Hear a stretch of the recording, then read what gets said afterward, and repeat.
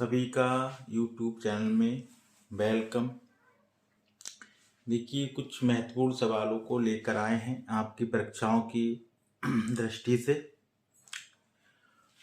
जो लोग पहली बार हमारे चैनल से जुड़ रहे हों वो चैनल को सब्सक्राइब कर दें, ठीक है। और हमारा टेलीग्राम पर भी चैनल एक है जहां पर आपको सभी वीडियो प्रोवाइड होंगे, ठीक है। नोट्स, वीडियो सब टेलीग्राम पर मिलेंगी।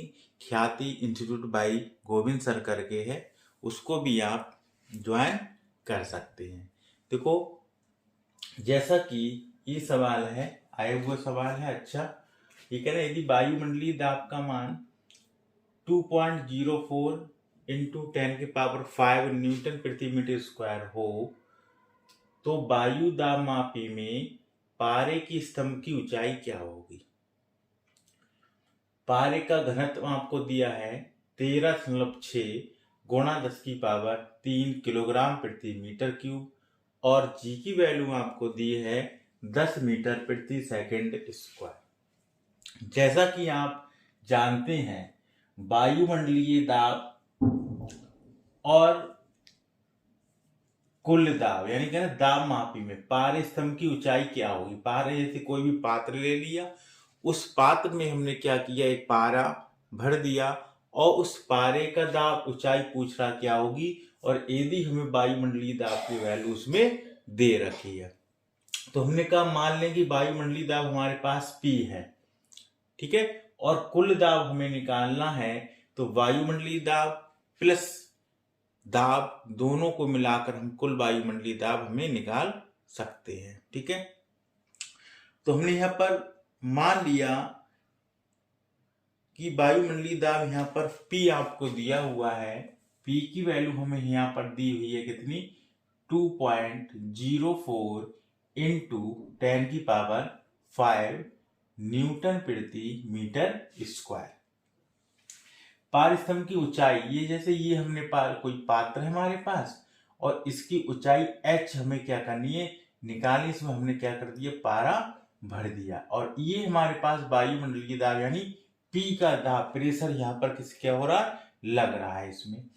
तो देखो, इस पर G यानी G कहाँ करेगा, नीचे की तरफ कार्य करेगा। और इसका पारे का घनत्व हमें दिया हुआ है यानी D की वैल्यू हमें, इसका जो पारा है, इसका जो डेंसिटी हमें दे रखी है, ये दे रखी है 13.6 इंटू 10⁻³ किलोग्राम पर मीटर क्यूब।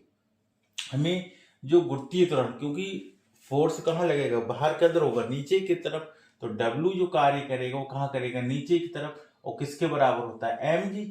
तो mg हमें यहाँ पर घनत्व हमें घनत्व यहाँ से हमें मिलेगा। तो हमारे पास फार्मूला एक होता है P बराबर h d और g, यानी g यहाँ पर गुरुत्वीय त्वरण जो नीचे की ओर कार्य कर रहा है द्रव में, d यानी इसका घनत्व दे रखा है और h इसकी क्या है, हाइट दे रखी है। P हमें निकालना है h। अब हमें h निकालना है तो h बराबर हम लिख सकते हैं क्या, P अपॉन d इंटू जी। अब इस फार्मूले में सारी वैल्यू रखने पर हमें आंसर इसका प्राप्त होगा।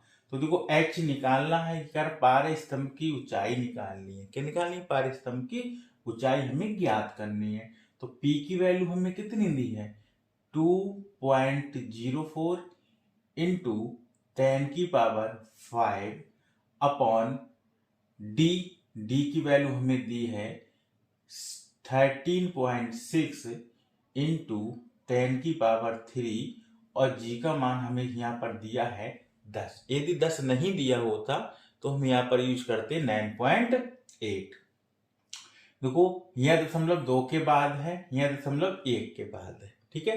तो पहले तो हमें 0 बढ़ाना पड़ेगा, तब जाके ये दशमलव से दशमलव यहाँ पर हम हटा सकते हैं, ठीक है।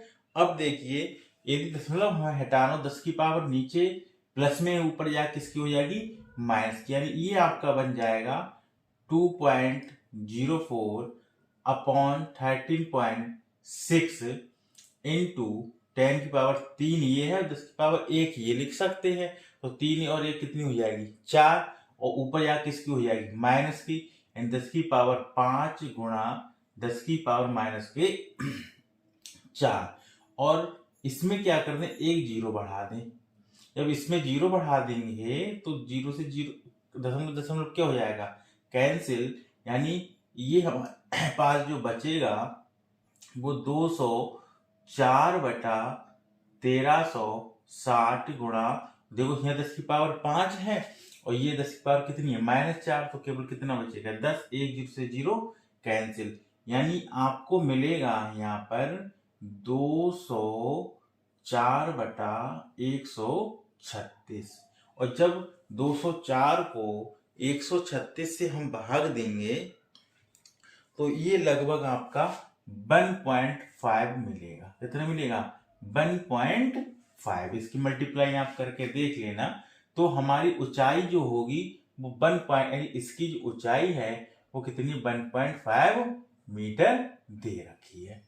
ठीक है, क्लियर हुआ। देखिए फिर अगला सवाल हम देखते हैं।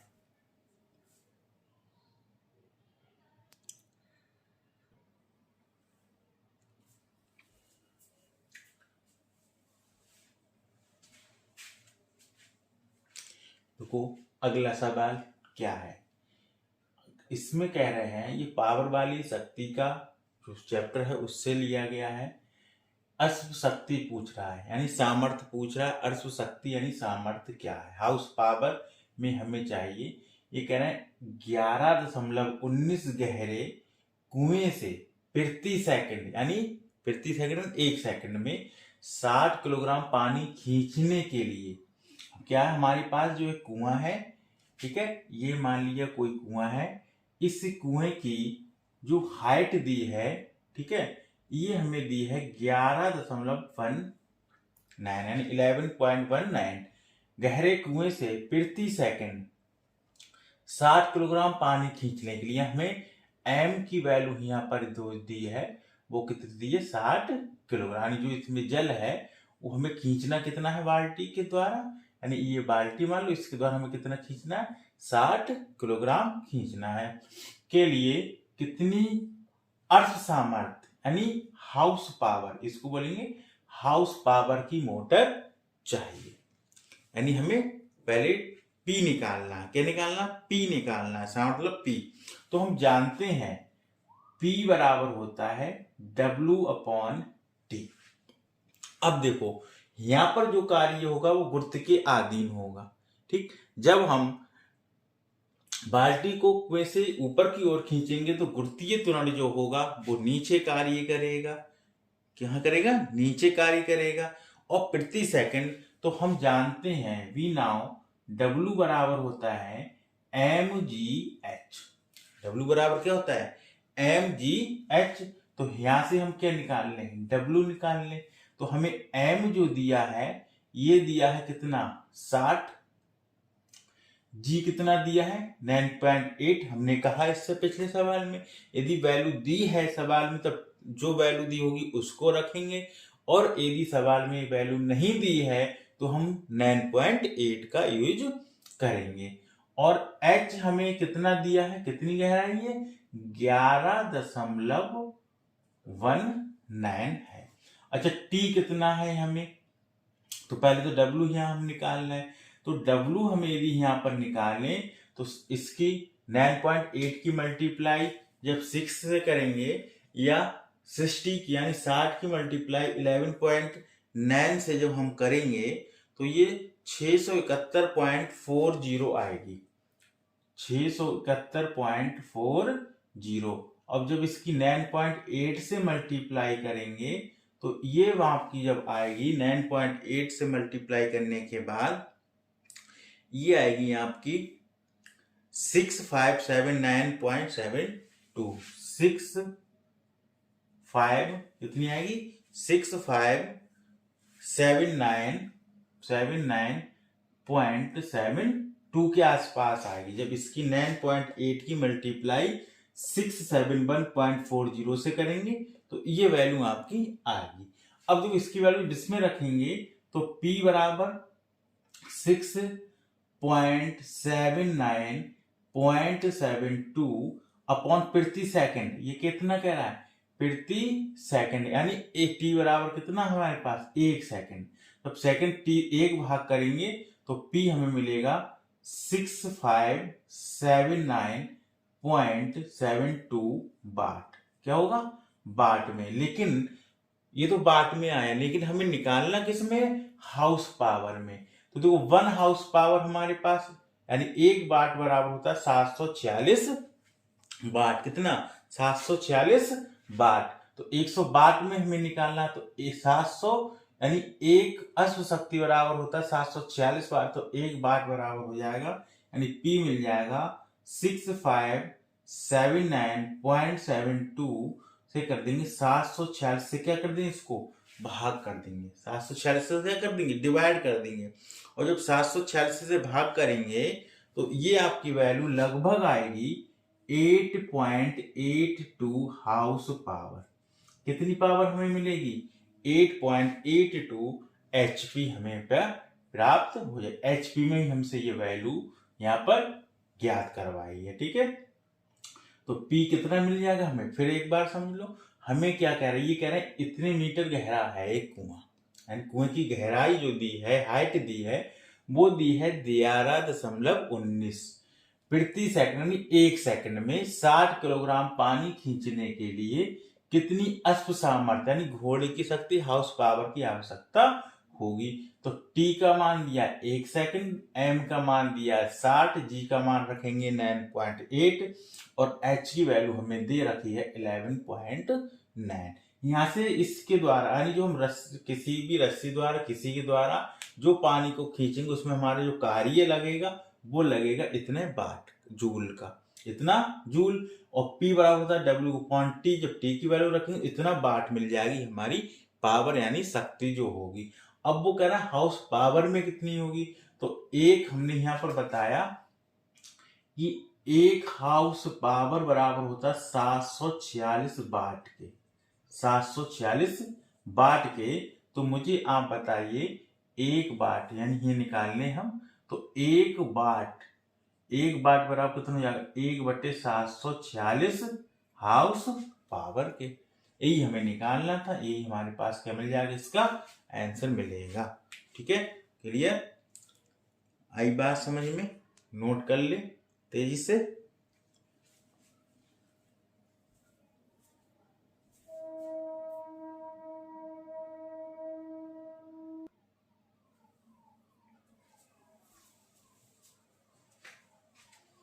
अब देखो आज का तीसरा सवाल, ये क्या कह रहे हैं, एक लाल कणका यानी रक्त कणका का व्यास हमें दिया है, डी दिया है हमें कितना 10⁻⁻5 मीटर।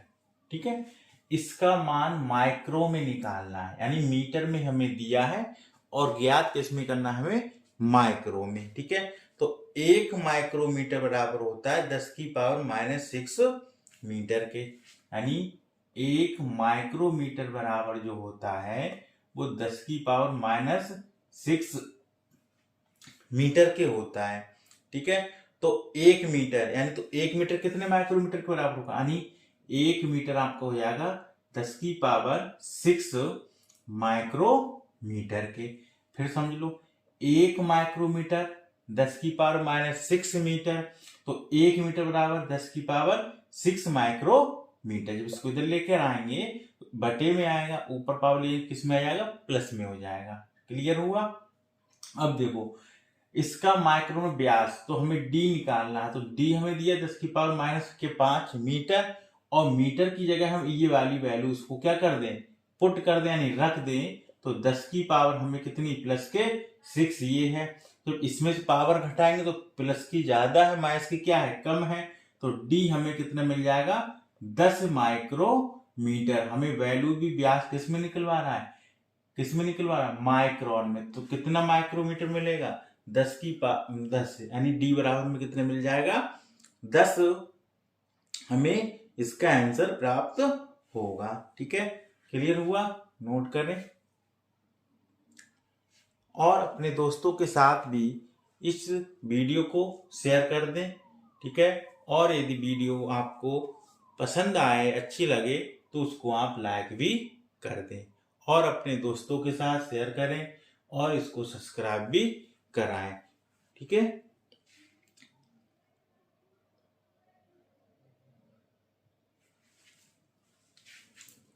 हुआ?